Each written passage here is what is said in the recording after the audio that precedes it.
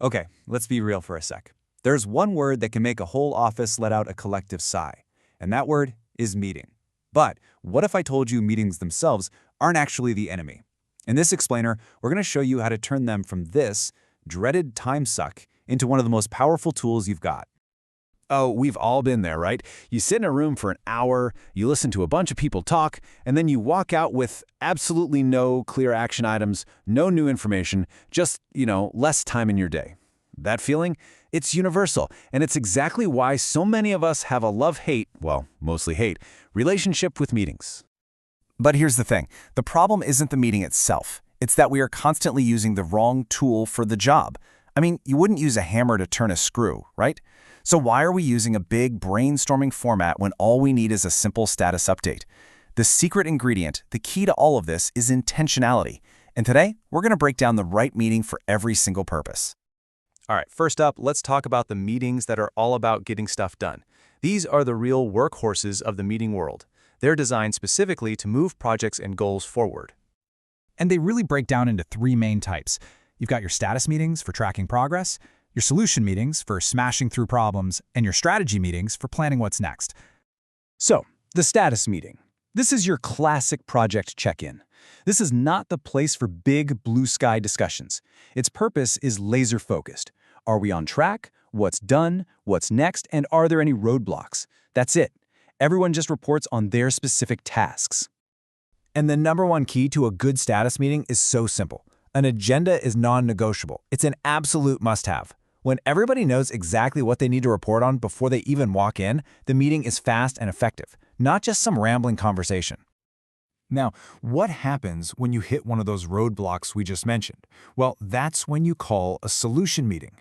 The goal here is singular. Solve one specific problem. Maybe you've got an unhappy client, or maybe there's some friction between two departments. This meeting is the dedicated time to hash it out. And what's absolutely critical here is the role of the person leading it. In a solution meeting, you are not a judge, you're a mediator. Your job is to make sure all sides feel heard and to gently guide that conversation towards a solution that actually works for everyone. The third type of action meeting is the strategy meeting.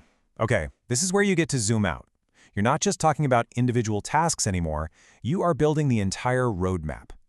Whether you're planning how to hit this year's massive revenue goals or figuring out how to land that dream client, this is where the how really gets decided. You know the magic of a great strategy session? It actually happens before the meeting even starts. If you ask everyone to show up already prepared with their own ideas and perspectives, you're not starting from zero. You're starting with this rich pool of possibilities, which just makes the whole thing faster and way more creative. So, if our first category of meetings is all about action, this next one is all about ideas. These meetings aren't necessarily about pushing a specific project forward, but they're about sharing knowledge, sparking some creativity, and just keeping everyone on the same page. In this section, we're going to cover innovation meetings for brainstorming. We'll talk about the difference between informational and change meetings for big announcements, and we'll look at the big one, the company-wide all-hands. Okay, an innovation meeting. Think of this as your team's creative playground. This is the time for pure, unfiltered brainstorming. It's where you get to step back from the day-to-day grind and think bigger. How can we work smarter? Is there some new tech that could totally change the game for us? What's a crazy idea that might, just might, be our next big thing? And the beauty of an innovation meeting really boils down to these two simple but incredibly powerful questions. They're open-ended on purpose.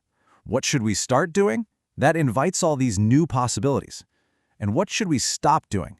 Well, that one forces you to challenge old habits and figure out what's actually holding you back. Now, making a clear distinction here is so important. An informational meeting is mostly one-way communication. Think, hey everyone, here's the new expense policy. But a change meeting, that's fundamentally different. If you're announcing something big like a merger, that requires a two-way dialogue. The focus has to shift to addressing people's concerns and managing the human side of that change. And finally in this section, we have the all-hands meeting. This is the big one, where pretty much everyone in the company comes together. It's usually led by senior executives, and it's all about transparency and getting everyone aligned at the highest level, sharing how the company's doing, celebrating major wins, and setting the direction for what's to come. All right, our final category shifts the focus from projects and information to your most important resource of all, your people. These meetings are all about connection, growth, and building a stronger, more cohesive team. And here we'll explore two crucial types: team-building meetings, which are all about strengthening those group dynamics, and the essential one-on-one, which is all about individual development. A team-building meeting is pretty straightforward. It's designed explicitly to improve how people work together. The goal isn't some project deliverable. The goal is stronger trust and better communication.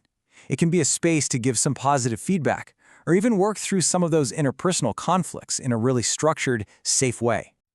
But let's be honest, forced fun can be so awkward. Sometimes the absolute best team building doesn't feel like a meeting at all. You know, a weekly trivia game over lunch or some other fun, informal event can often build those genuine connections way more effectively than some formal, structured exercise. The one-on-one meeting is, well, it's arguably one of the most important meetings a manager can possibly have. It's that dedicated, recurring time, usually every week or maybe every month, to connect with each person on your team individually. And the critical part here is that this is not just a performance review. It is a conversation.